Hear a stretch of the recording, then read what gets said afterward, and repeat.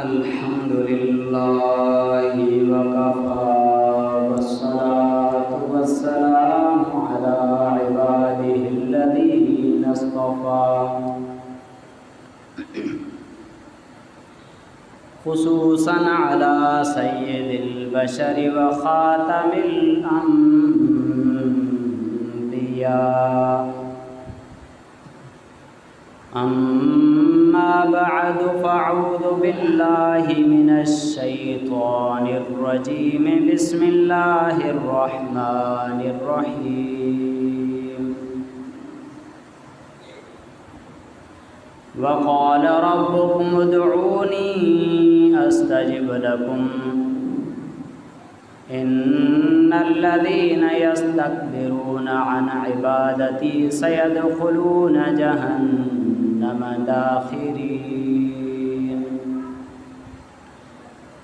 वक़ाल अल्लाहु तआला फ़ी मक़ामिन आख़र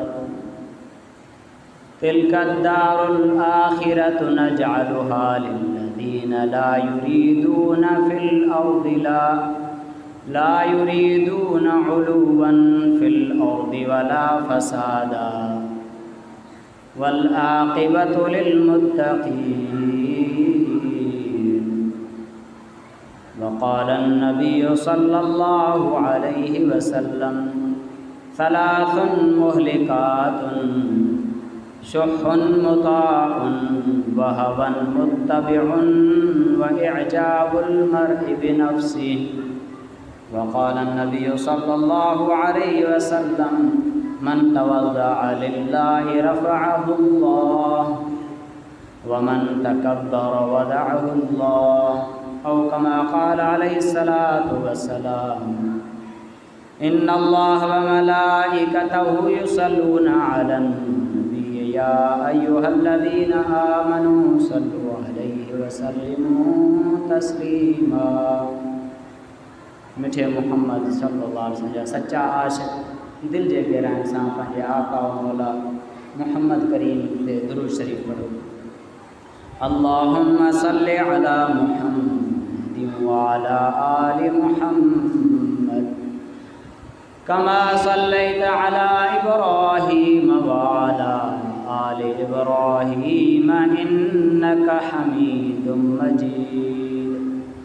अल्लाहुम्मा बारिक अला मुहम्मदिन व अला आलि मुहम्मद कमा बारकत अला इब्राहीम व अला आलि इब्राहीम इन्नका हमीदुम मजीद।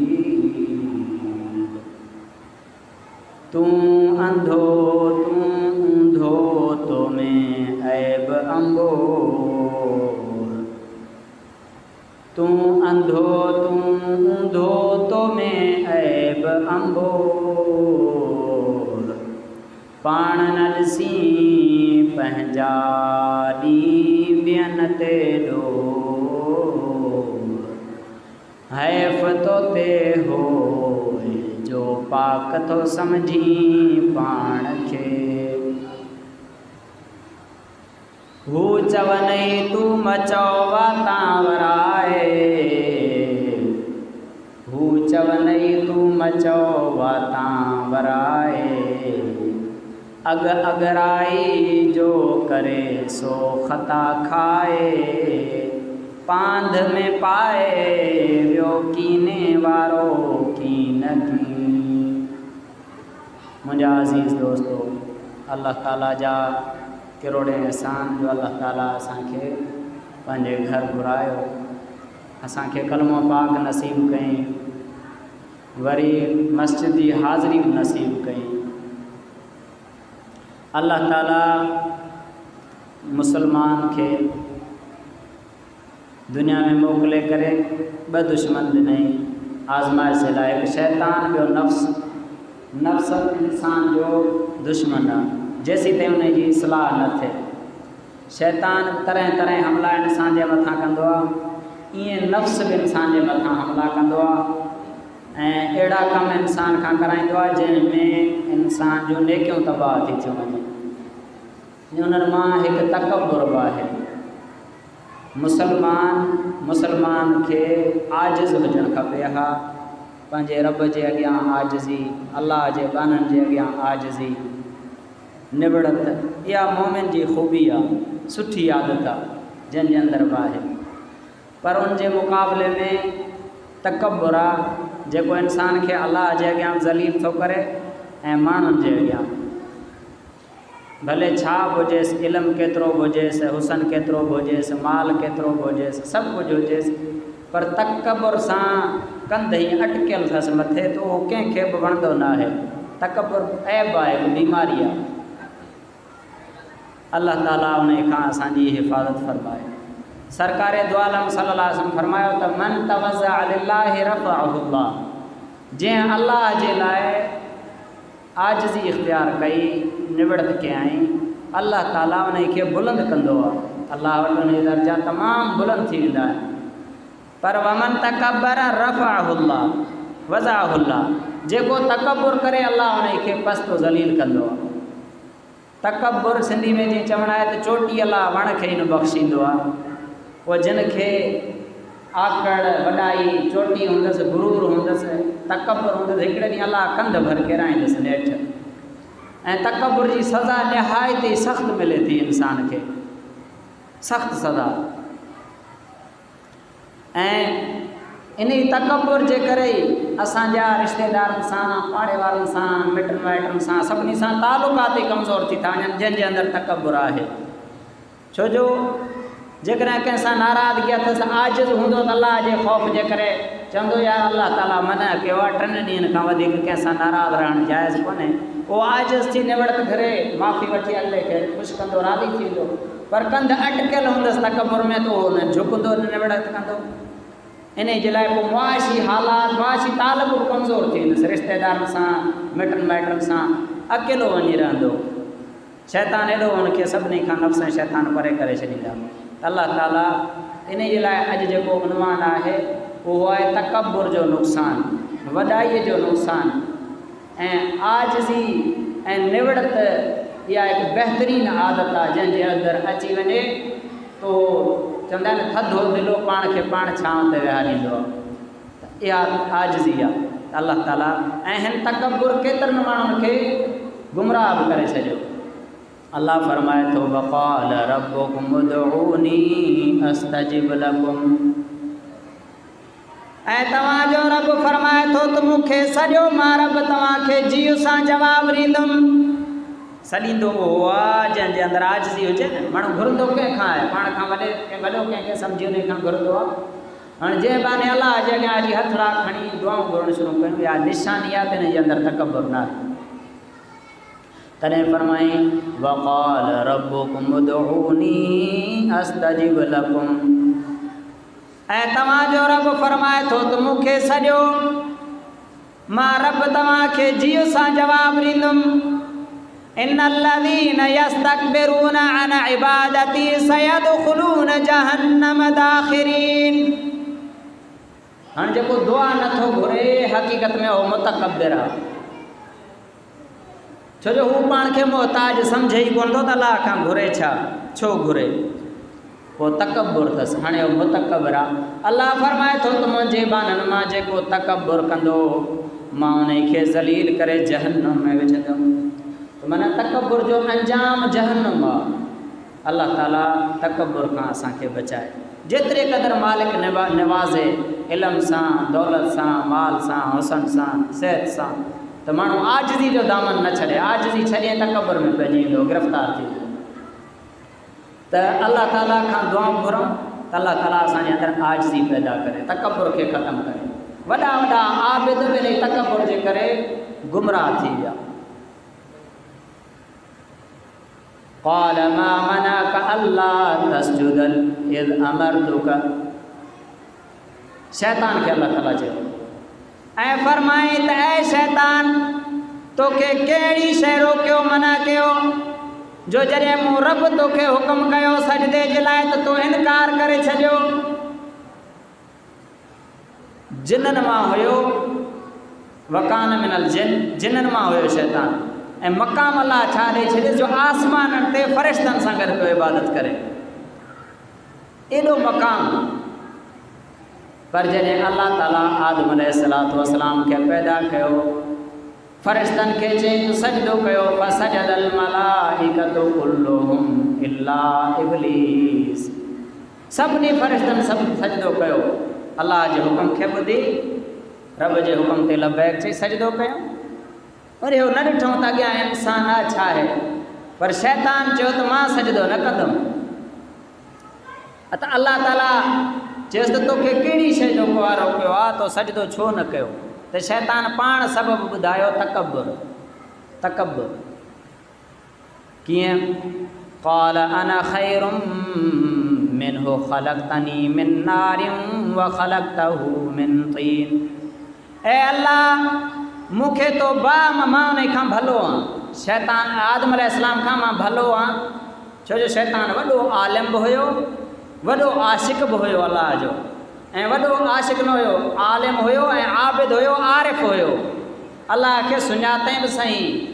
आलिम बि वॾो हुयो ऐं आबिद बि वॾो हुयो, वॾियूं इबादतूं कयूं, पर आशिक़ न हुयो अल्लाह जो। फ़रिश्ता आशिक़ हुया, लबैक चई सजदो कयूं। हे आशिक़ न हुयो, त हे दलील ॾियणु लॻो, क़ाल अना खैरुम मिन्हु ख़लक़तनी मिन नारिन व ख़लक़तहु मिन तीन, मां उन खां भलो आहियां, छाजे करे जो हुनखे तो बाह मां ठाहियो ऐं मूंखे मिटी मां ठाहियो, मां उन खां भलो आहियां, इन जे लाइ मां सजदो नथो कयां। माना पाण खे भलो सम्झे त वियो, असां पाण खे एॾो भलो न आहे सम्झणु। आजिज़ी अल्लाह खे पसंदि आहे, गुनहगार आहियूं, ऐबदार आहियूं, अल्लाह ऐब लिकाए वेठो आहे, हुन मालिक जी महिरबानी आहे। अल्लाह ताला फरमाएसि क़ाल फ़हबित मिन्हा फमा यकूनु लक अन ततकब्बर फ़ीहा, लही वञनि आसमाननि मां, निकिरी वञ हितां, फ़ख़्रुज मिन्हा इन्नक मिन साग़िरीन, लह आसमाननि तां, निकिरी वञ हितां। रब हुकुम पियो थो करे, तब पियो थो दलील ॾे त मूंखे जेको आहे सो बाह मां ठाहे, मां भलो, मां उनखे सजदो छो कयां? रब ॾे नथो ॾिसे त मूंखे जंहिं पैदा कयो, जंहिं मूंखे ठाहियो, वरी आसमाननि ते फ़रिश्तनि सां गॾु मूंखे रखियईं, मां उन जे आसमान ते रही करे पियो थो उन खे जवाबु ॾियां, वॾाई पियो थो कयां। अल्लाह ताला तड़े छॾियसि, मरदूद थी वियो, मलऊन थी वियो क़यामत ताईं। पोइ अची वाइदा कॉल मूंखे मोहलत ॾे, अल्लाह फरमायो त मोहलत ॾे, चई तुंहिंजे ॿारनि खे अॻियां पोयां सॼे खॿे हर तरफ़ खां अची करे गुमराह कंदुमि। अल्लाह ताला फरमायो वल तोखे इजाज़त आहे, मुंहिंजे नेक ॿारनि ते ज़ोर तुंहिंजो कोन हलंदो, बाक़ी तुंहिंजो पाण जेको चयो मञे, तुंहिंजे पोयां लॻे, पोइ वञ, तोसां गॾु उन्हनि सां सभिनी खे गॾु करे मां बि जहन्नम खे भरींदुमि। अल्लाह ताला असांखे बचाए। शैतान हर वक़्तु जहन्नम ॾे छिके पियो थो, त गुरूर बि असांजे अंदरि नफ़्स ऐं शैतान जेको आहे सो पैदा था कनि। ऐं हिकु इहो शैतान मलूम थी वियो, ऐं ॿिए नंबर में फ़िरऔन खे बि गुमराह जेको कयो आहे, तकब्बुर कयो आहे। क़ाल अना खैरुम मिन हाज़ल्लज़ी हुव महीन वला यकादु युबीन। मूसा अलैहिस्सलाम जी दावत ॾिनसि फ़िरऔन खे, त फ़िरऔन बि जेको आहे सो चवणु लॻो त मां मूसा अलैहिस्सलाम खां भलो आहियां, पाण खे भलो सम्झे त ॿेड़ो ॿुधी ॾिस, मां भलो आहियां। छो जो चई मूसा अलैहिस्सलाम जेको मूंखे दावत ॾियणु आयो आहे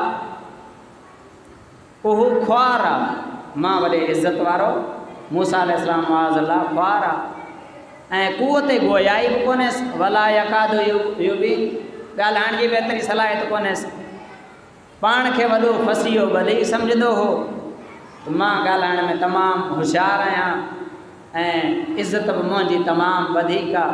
मां मूसा अलैहिस्सलाम जेको मूंसां घटि आहे उन जी ॻाल्हि छो मञां? त उहो बि जेको आहे सो इन ई तकब्बुर जे करे फ़िरऔन बि हमेशह हमेशह जे लाइ जहन्नमी बणिजी वियो। ऐं कारून बि तकब्बुर जे करे ज़लील थी वियो।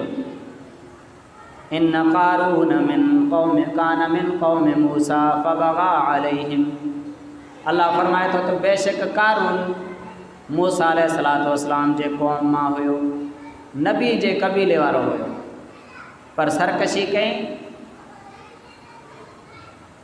व आतैनाहु मिनल कुनूज़ मा इन्न मानिअतुहुम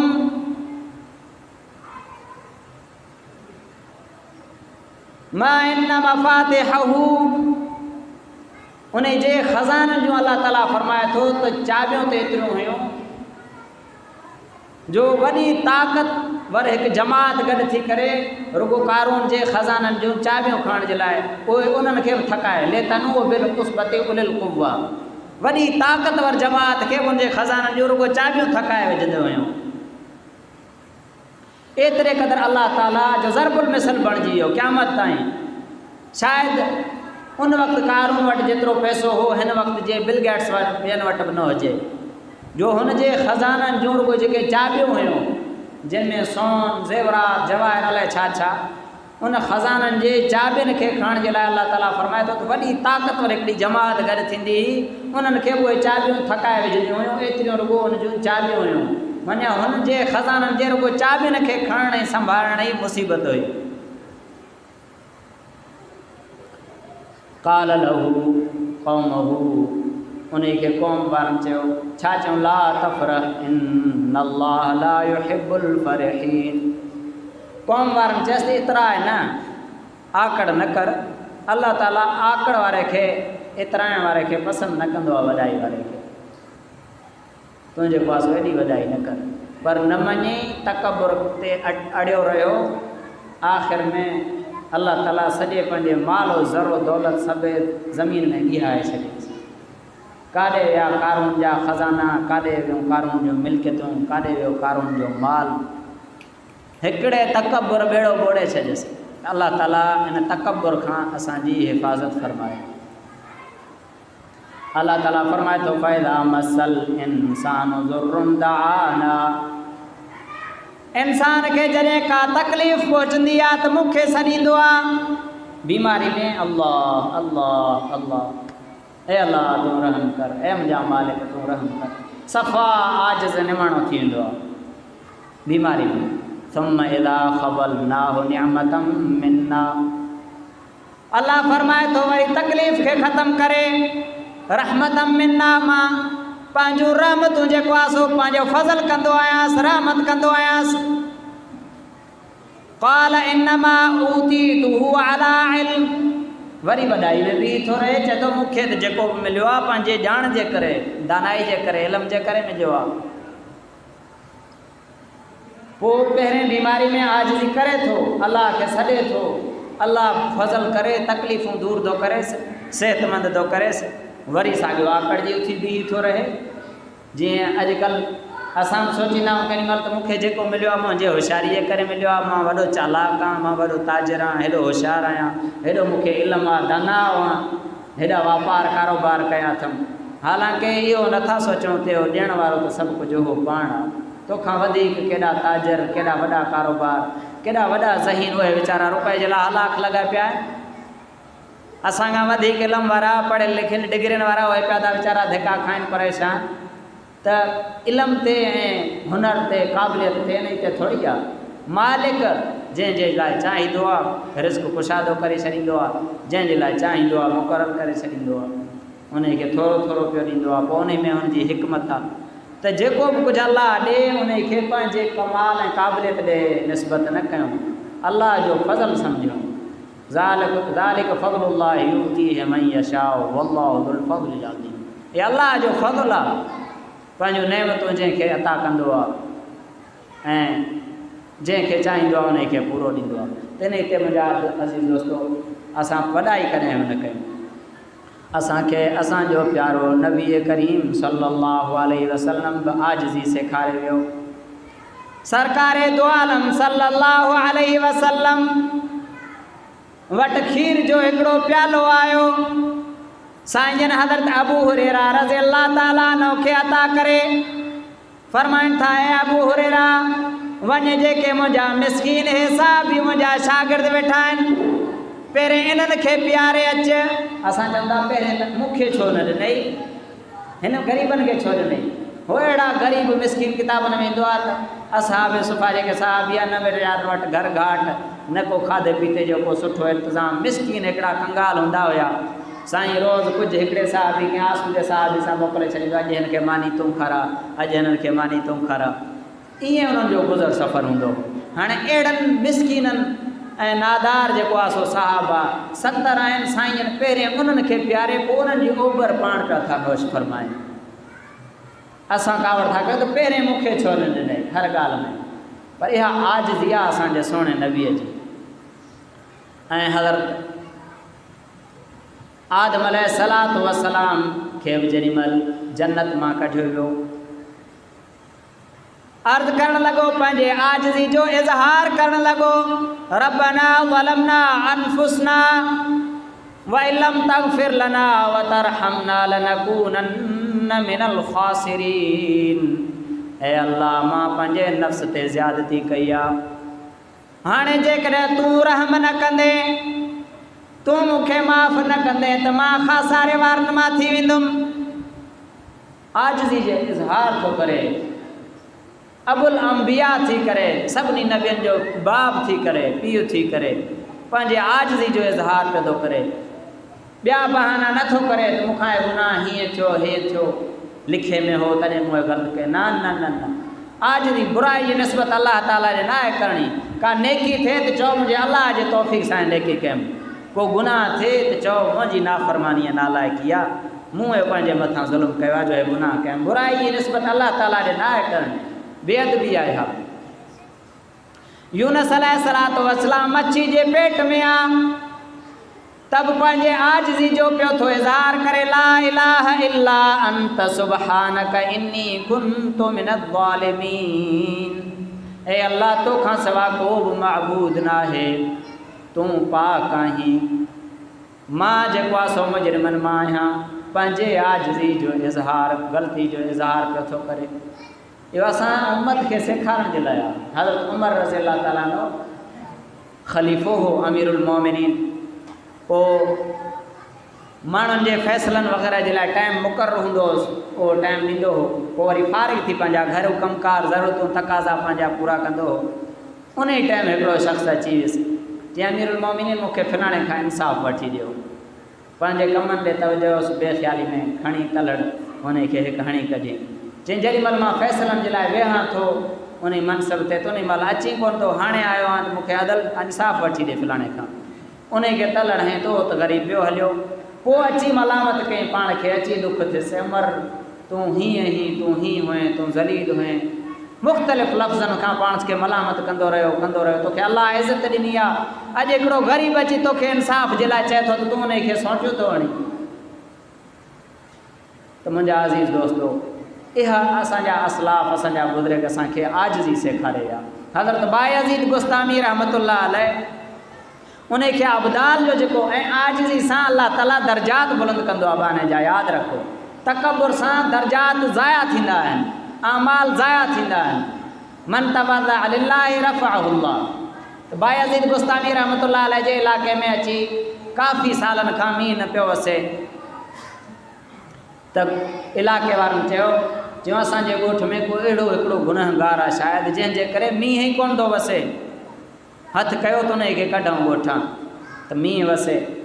त राति जो वॻड़ो थियो त बायज़ीद बुस्तामी रहमतुल्लाह अलैह, वक़्त जो वलीउल्लाह, वॾे पाए जो गौस कुतुब अब्दाल, उहो जेको आहे सो शहर छॾे निकिरणु लॻो। त शायदि उहो गुनहगार मां ई आहियां, जंहिंजे करे इन सॼे ॻोठ जे मथां अलाह जी रहमत मींहुं नथी वसे, बारिश कान थी वसे, मुंहिंजे करे लहू सता। त इहा आजिज़ी पंहिंजे दिलि में सोचे करे उन ॻोठ मां राति जो निकिरणु लॻो। जीअं ॿाहिरि निकितो त अलाह ताला अब्दाल जो मक़ाम अता कयसि। अलाह ताला गोया खे फरमायसि त हे जेको आजिज़ी इख़्तियार कई, हिन जे करे अॼु असां तोखे अब्दाल जो मक़ाम था ॾियूं। अब्दाल उन वलीउल्लाह खे चइबो आहे जेको शिकिलूं तब्दील कंदो रहे। हिते ॾिस त बि मौजूदु आहे ऐं इबादतूं पियो थो करे, वरी केरु ॾिस न त सऊदी अरब में इबादतूं पियो थो करे, कॾहिं किथे कॾहिं किथे। इन खे अब्दाल चइबो आहे, विलायत जे मक़ामात मां आहे तसवुफ़ जे इस्लाम में। त अलाह ताला अब्दाल जो मक़ाम हुनखे अता फ़रमायो आजिज़ी जे करे। त मुंहिंजा अज़ीज़ दोस्तो, असां बि आजिज़ी कयूं, हिक ॿिए सां न्याज़ निबड़त में पेश अचूं।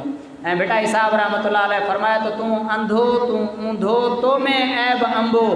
अंधो इन जे लाइ जो तोखे पंहिंजा ऐब नज़र नथा अचनि, ऐं ऊंधो इन जे लाइ जो तोखे सिधो थी करे पंहिंजा ऐब ॾिसणु खपनि। हा ॿियनि जे ऐबनि खां तोखे चशम पोशी करणु खपे हा, पर तूं त ऊंधो आहे जो पंहिंजा ऐब ॾिसी कोन थो, ॿियनि जा ऐब पियो थो ॾिसी। तूं अंधो, तूं ऊंधो, तो में ऐब अंबोह, कीन ॾिसी पंहिंजा ॾींहुं ॿियनि ते ॾोह। हैफ़ तो ते होए जो पाक सम्झी थो पाण खे पाक सम्झण वारो इहो वॾे खसारे में आहे। अल्लाह ताला असां सभिनी खे आजिज़ी अता फ़रमाए, तकब्बुर खां ऐं जेको आहे सो वॾाई खां असांजी हिफ़ाज़त फ़रमाए। व आख़िर दावाना अनिल हम्दुलिल्लाहि रब्बिल आलमीन। जिन सुन्नत न पढ़ी